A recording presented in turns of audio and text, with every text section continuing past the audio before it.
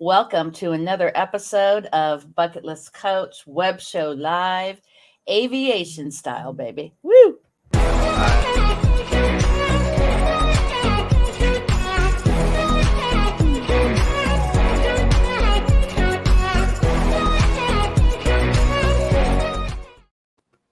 Well, hello, this is your host, Cindy Lee, over at Bucket List Coach Web Show Live. Make sure you follow me on Facebook, TikTok, and Instagram, and also subscribe over on YouTube.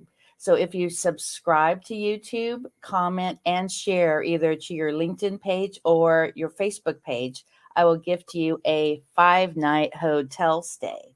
So also want to do a big plug today to National Day Calendar. Today is National Love is Kind Day. And it's also Creme Brulee Day. So if you'd like to learn more about National Day Calendar, download the National Day Calendar app. So today I have my friend Doug. I actually found him through an article in San Diego because we both have love for the Navy. So let's go into your story and then we'll talk about our love for Top Gun towards the end of the show. But tell my audience your backstory. Yes, hello. Good morning, Cindy Lee. Thanks so much for having me here. It's a pleasure to be here. You are interested in hearing about my experience as a naval aviator, and my love for naval aviation came at a young age. My mom was a flight attendant, and she had a love of aviation. And then the movie, the original Top Gun, as I see in the picture right behind you there, came out, and I was, of course, just mesmerized. And I was like, I want to be like those guys when I grow up. And luckily, I applied for a Navy ROTC scholarship, and I got a full ride scholarship to any university in the United States that had Navy ROTC. And I got accepted at Duke University, and it was quite expensive, but it was all expense paid by the Navy. I had good grades, and I put in to be a pilot and go to flight school, and got a slot in the fall after my graduation to go to flight school. Went through all the training, incredible training that they work you up through, and got lucky to be selected for jets, and then got my wings, and I got selected to fly S-3 Viking torpedo bombers out of San Diego at Naval Air Station North Island in Coronado. And I had a 20-year career flying. And you can see over my shoulder right here, I have my Air Medal for Heroic Achievement in Combat for flying off the USS Carl Vinson in the Persian Gulf during Operation Desert Fox, when Iraq invaded Kuwait. Had a great career, lots of great highlights. And the interesting thing is that my Navy career was bookended once again by Top Gun.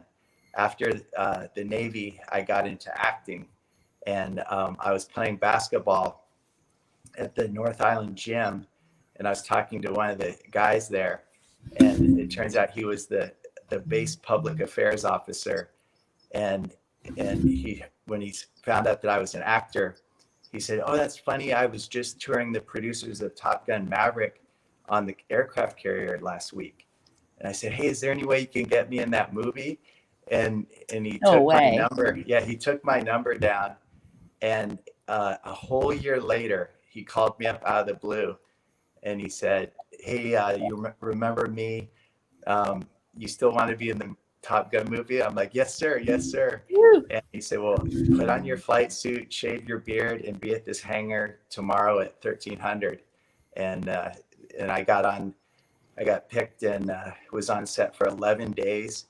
I was in the beach football scene, all the bar scenes, both inside and out, and also Iceman's funeral with the flyover.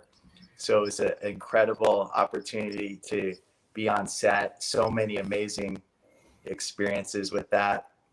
And as a matter of fact, like a real highlight for me, a lot of the bar scenes were reshot, but a highlight for me was I was one of the pilots who got to throw Maverick out of the bar when he couldn't pay his bill.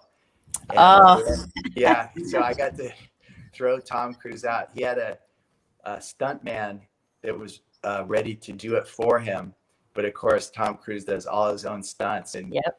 he would, it was a pretty far fall into the sand, and he did it a couple times, no problem.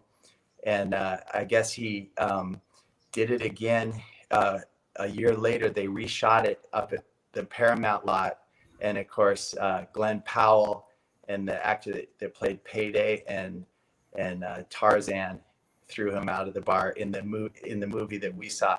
But I wouldn't be surprised if it was us that threw him into the sand when he landed, because the sand obviously was where we were shooting, which was the original hard deck bar at North Island, right there on the beach in Coronado.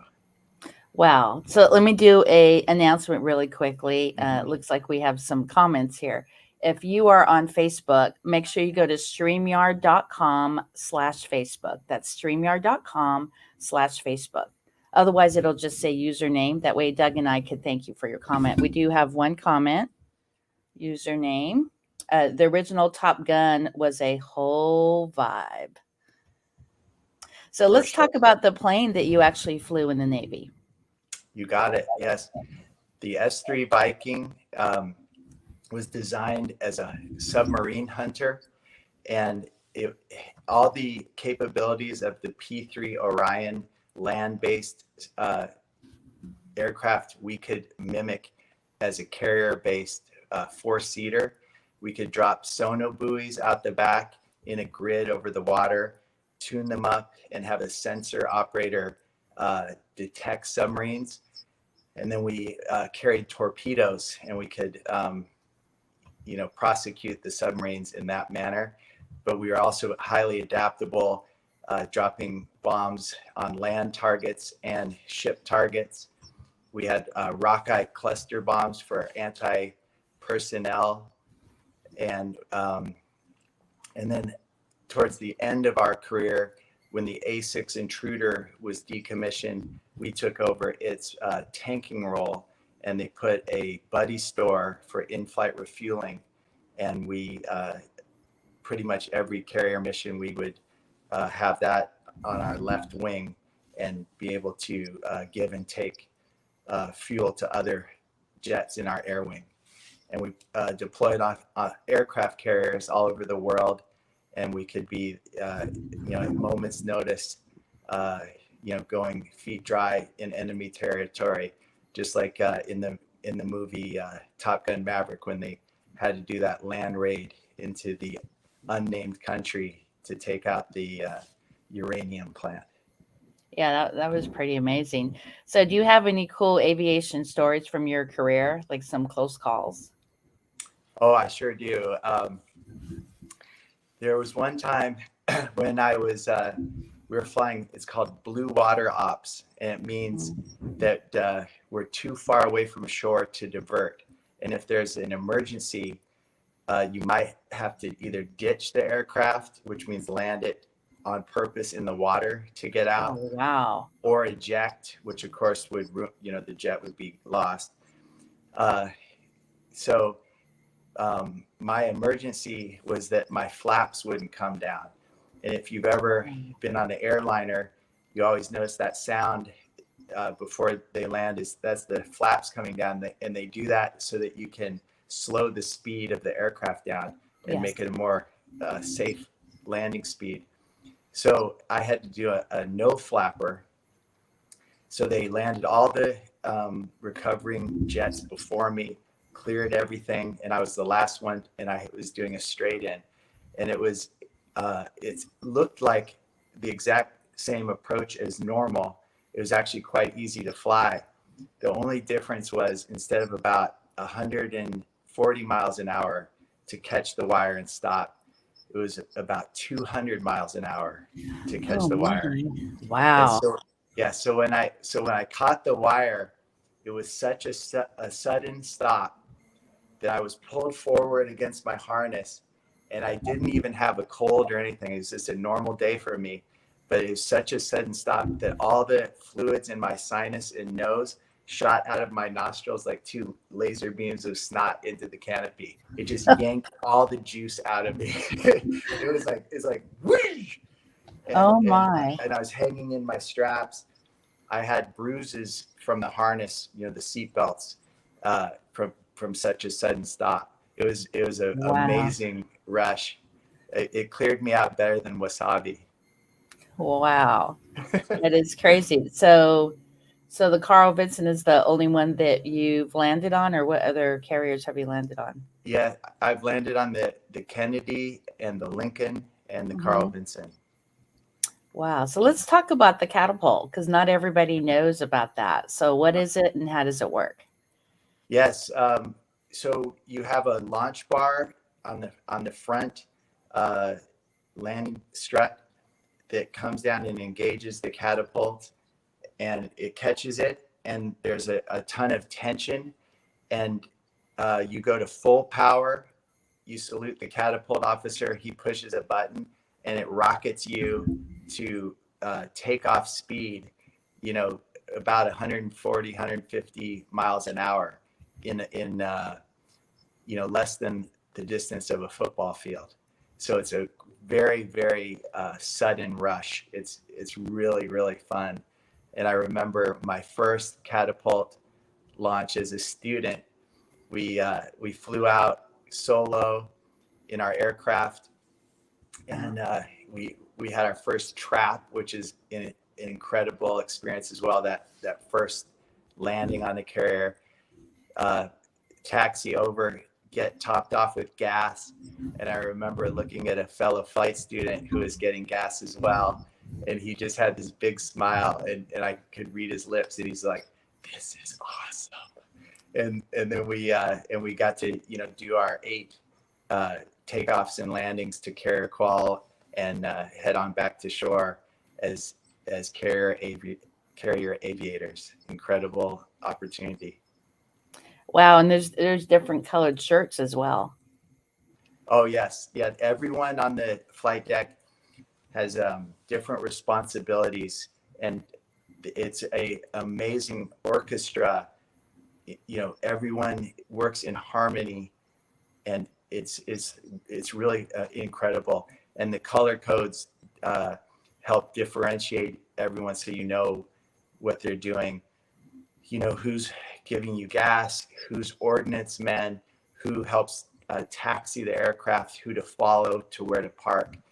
The catapult officers, everyone has a different color. So for someone who wants to get into aviation, what is your number one tip? Yes. Well, it's very, very competitive. I was a straight A student in high school. So getting that Navy ROTC scholarship was a challenge in and of itself. Navy pilots are officers, and you have to go through officer ascension. The 3 ways to do that is to be accepted to the Naval Academy, to go through ROTC in college, or to go to officer candidate school after college. And all 3 are very, very competitive. And then that's just the beginning, because then you go to flights, you got to get your flight slot. That's very competitive. And then there's the competition to get either jets, propellers, or helicopters. And I was very fortunate that I got jets. That was my first choice. Everything is competitive in the military. Just like in Top Gun movie, the best of the best. Exactly. And well, my favorite plane is the Tomcat. Anytime, baby. How about you? Yeah, it's the same. I think that's the coolest. Incredible. So what's so amazing about the Tomcat to you?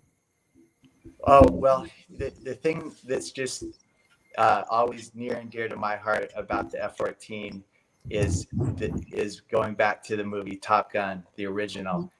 That's what really glorified it and cemented it in as an iconic aircraft. It's just, it's big and it's badass. It's like the coolest jet there is. It's old school, awesome, like American muscle car type fighter jet. and wanted to pay a tribute to Snort, one of the most amazing F-14 pilots. All Yeah, right. he was absolutely amazing. So, Very how about cool. you? What is one of your favorite pilots in the Navy besides you? Oh, thank you. You know, I don't know if he's going to be listening to this, but I have told him this to his face before. Mongo, Chad Webster, one of my best friends. He was in my first fleet squadron, and he's the best pilot that I've flown with. This guy is 6'4". Mm-hmm. He before his call sign Mongo, we also called him Man Hands because he had these giant paws. No But way. yeah, but somehow with those big hands, he could squeeze himself into these jets, and his big huge hands were very soft, and he could really finesse everything. So he always had the best landing grades, the most accurate bombing. He was just a natural. And so, what is one of the most amazing parts about being a naval aviator? I Like, would how is say that the ultimate career bucket list? yes. So I'm very proud to have been a naval aviator. The adventures that I've had, the aircraft that we're entrusted to fly. But the most important thing to me is the people that I served with. You know, Yes, I'm the just so lucky relationships. to have those guys at my side. And what squadron were you in? I was in VS-29 Dragonfires. Oh, okay. So tell everybody on the call, not everybody is into aviation. So what is a squadron? Yes.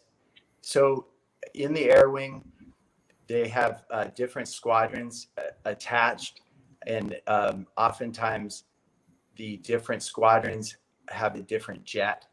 And so to keep things organized, um, every squadron is a complete unit with a commanding officer, the department heads, the officers, the chiefs, and the enlisted. The squadron is assigned its own jets, and their own maintainers take care of the jets and are responsible for that.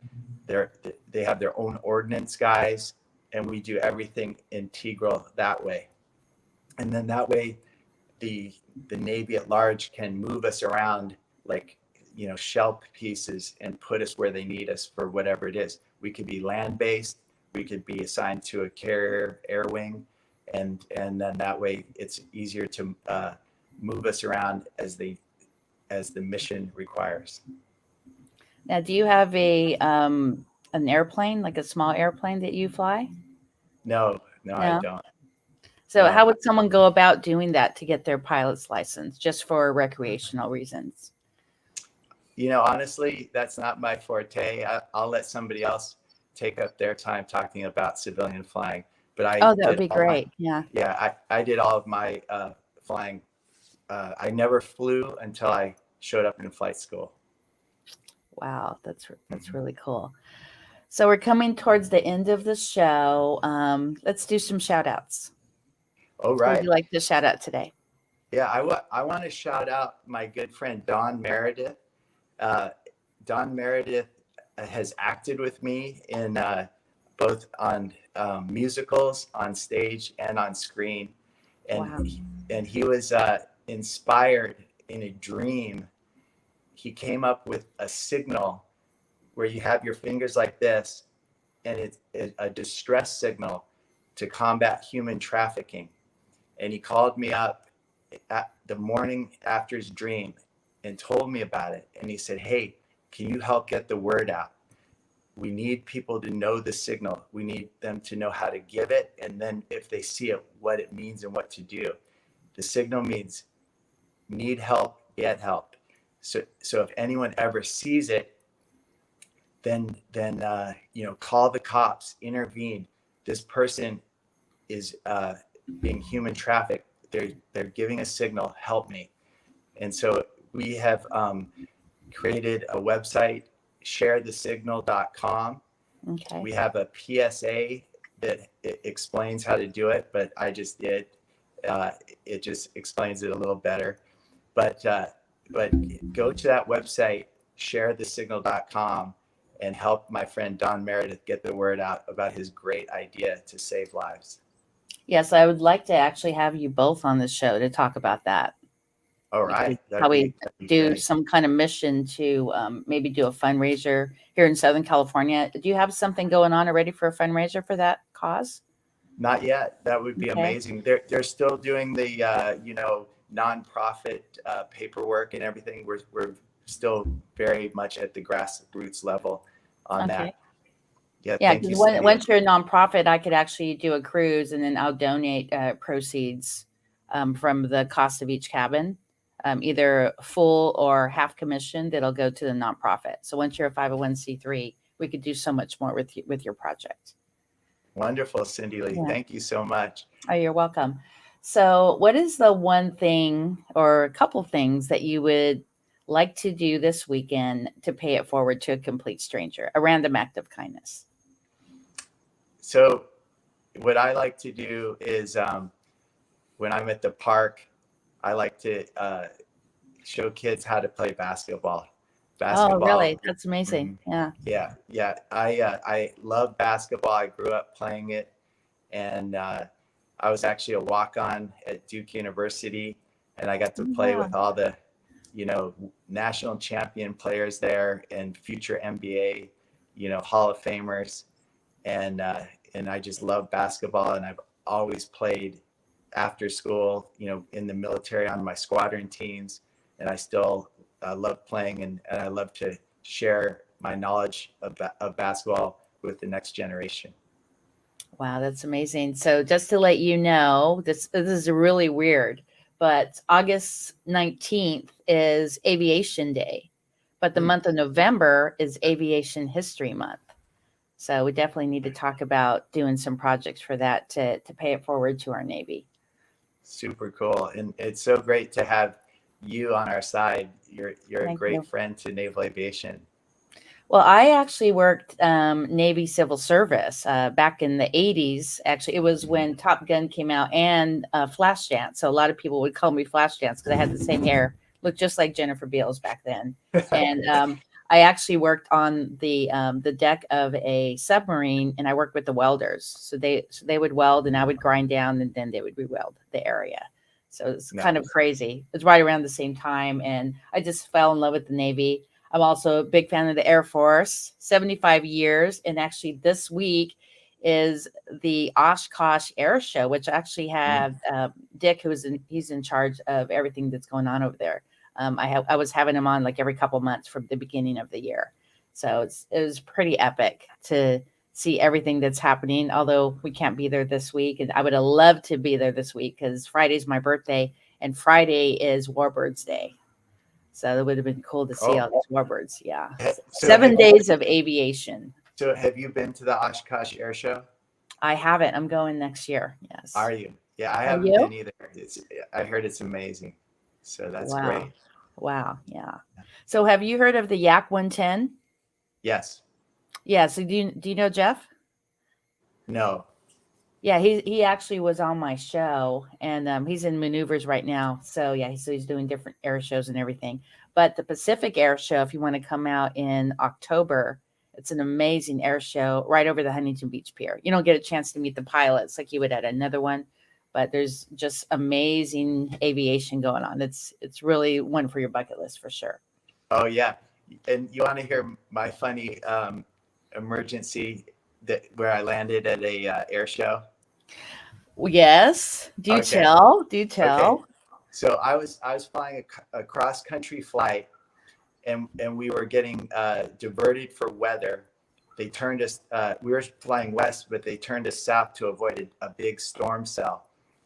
But we couldn't see because we were in the clouds. And the next thing I know, I just hear the sound, and my whole canopy turned brown. I couldn't see out of it. And I it's kind of funny, but my first inclination was that It's really weird, but it looked like I had flown through brown poop and it stuck to my windshield. That's what it looked like.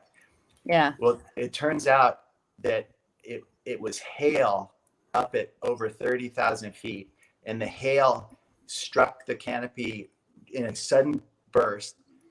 And when the canopy cracked, it made spiderweb cracks and somehow turned it solid brown. So we couldn't see. So we had to declare an emergency, slow down, dump cabin pressure, descend, and we got out our pubs. And because we could not see, our plan was to do a IFR approach using our instruments. And so we found the nearest field. We told them we wanted to head there, and we were. Then they told us, you can't go there because there's an air show there. And really? And I said, negative, this is an emergency. We have priority. We're coming in. And then they said, stand by. And they, talked and argued and came up with their plan. And then, a couple of minutes later, they said, okay, you're cleared to land there. About 10 miles out, they said, if you make an error, please make it to your left, because to your right is 3,000 people in the grandstands. So I flew a perfect instrument approach, and we're trained to do this. We can fly down to like less than 100 feet above the ground without seeing anything and land. And I flew that exact approach, and we landed, and I just kept the needle straight, and we slowed down and we stopped, and we could see out the side window. And when we stopped and parked, you could just see the grandstand filled with people, and they're all cheering and waving and clapping. Wow. And we shut down. The fire trucks were all there to, squirt us if we got on fire, which we weren't going to get on fire. And we just got out and hopped in these golf carts, and we just waved at everybody like conquering heroes, and went straight into the air show pilot holding tank, where they had, big Subway sandwiches and a keg of beer, and celebrated our safe landing. Wow. So before we close out, let's do a recap on this airplane, and then I'll put you in the green room. All right. Yeah, that's the beautiful S3 Viking. It was also for one mission. It was called Navy One. You've always heard the term Air Force One whenever the president flies in it. And at the end of the Operation Desert Storm, or I don't remember the exact operation, but if you remember when President Bush Jr. landed on the aircraft carrier in his flight suit, it was in an S3 Viking, actually one that I've flown that exact aircraft 6 times myself. And President Bush landed on the aircraft carrier. They had a big banner on the island on the carrier. It said "Mission accomplished." It was the end of the conflict.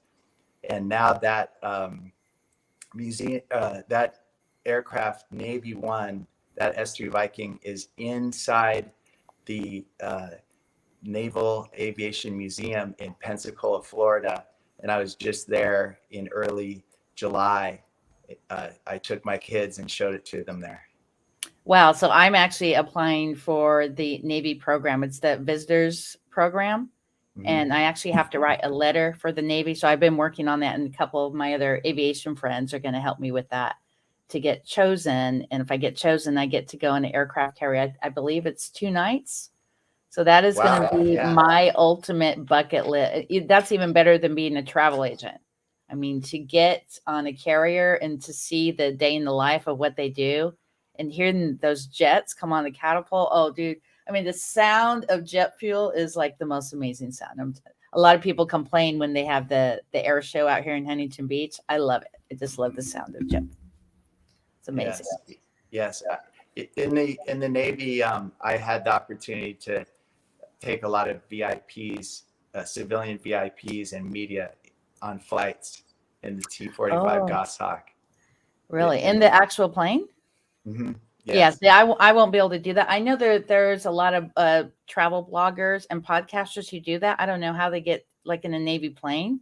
Like, how do they do that? But at least the visitors program, at least I could just feel like what you guys went through. So it's going to be pretty epic. Yeah. So, I guarantee you that you'll get to do that program, but also, as you build up your media credentials with all these great web shows, you can also apply through the public affairs office and try to get a VIP backseat flight as well. If you're I didn't know that. I know that you could contact the public affairs for the visitors program, but I didn't know you could act, because you have to go through the extensive training, like if you have to eject and all that too. So, exactly. Yeah. And yeah. I used to train the civilians with all of that as well. And, you could even go, shoot for the moon and apply to ride in the backseat of a Blue Angel. How do I do that? That is on my list, dude. Oh my God. That's what I was told I can't do that. I would have to be in actual media, like a newscaster or something, that I wouldn't qualify for that.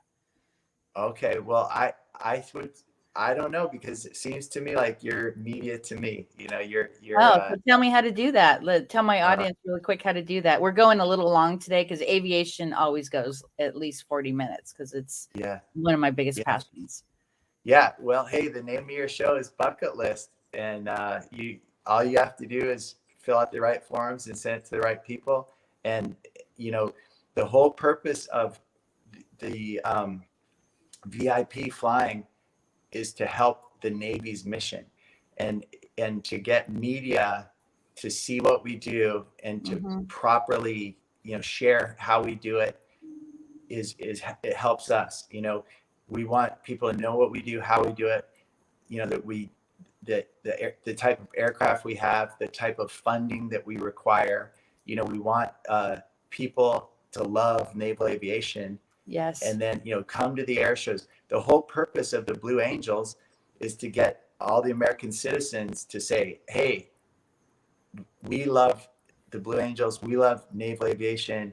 We want to fund, the Navy and make sure that the Navy thrives. So it's all about, winning over the hearts and minds and getting America on our side. And what better way to do that than to have the media get to see what we do and share what we do. For example, Top Gun Maverick, that was so much of that was given to Paramount to film, because in the end, the movie makes the Navy look so good. Our bases, our aircraft, our officers, everything about it. It's actually the greatest recruiting tool we could ever hope to have.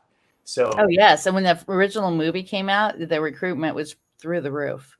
Yes. Yeah. And it worked for me. I'm a exact example of that.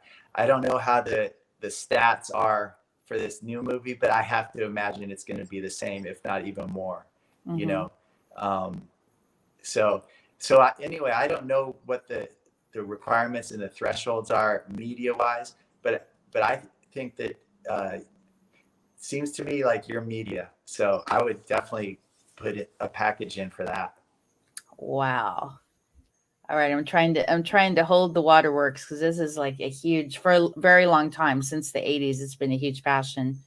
I obviously can't be a pilot, but that's why I do this show. And especially during the month of November, every single show is someone that's in aviation, where it be Navy, Air Force, Marine, whatever branch. I just love paying it forward, but Navy and the Air Force, those are my babies, because I grew up near Travis Air Force Base, and I work for the Navy, so it's pretty epic.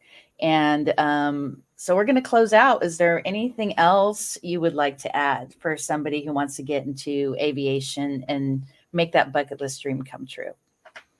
Yes. All I will say is there's a famous quote by President Kennedy, and I'll just paraphrase it. It says, how do you know if you did something great in your life? And someone who served in the Navy knows the answer is yes. And I would say, if you have an interest in it, go for it. I'm so glad that I served 20 years in the Navy. And if I could go back in time, I'd do it all over again. So are your children going to go in the Navy?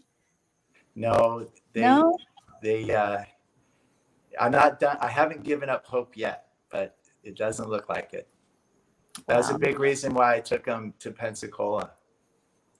Wow. And I'd like you to come on the show another time if you would like to. I really enjoyed our interview, and I would like to talk more about Pensacola, because that's something I really want to get in depth on. So. All right, Cindy Lee, you got it anytime. So I'm going to pop you in the green room if you hang tight while I close out, and we'll chat for a few. All right. Okay. Thank you, Doug. Thank you. So make sure that you go here to YouTube. You're going to subscribe here on YouTube, comment on YouTube, and share either to your LinkedIn or your Facebook. And I'll gift you a 5-night hotel stay, Tahiti, Hawaii, Mexico. We have many, many destinations. And actually on Friday, my 57th birthday, I will be interviewing Marco Torres. He is the co-founder of Marketing Boost, and that is the platform I use to gift these amazing vacations. And Friday is also Get Gnarly Day. So we'll be talking about some fun destinations that you could take to add to your bucket list. And as always, think of 5 people every single day to express gratitude. Be the one who's making a difference in others' lives. We are here today, gone tomorrow. Make the most of that dash. Shaka, baby. Woohoo!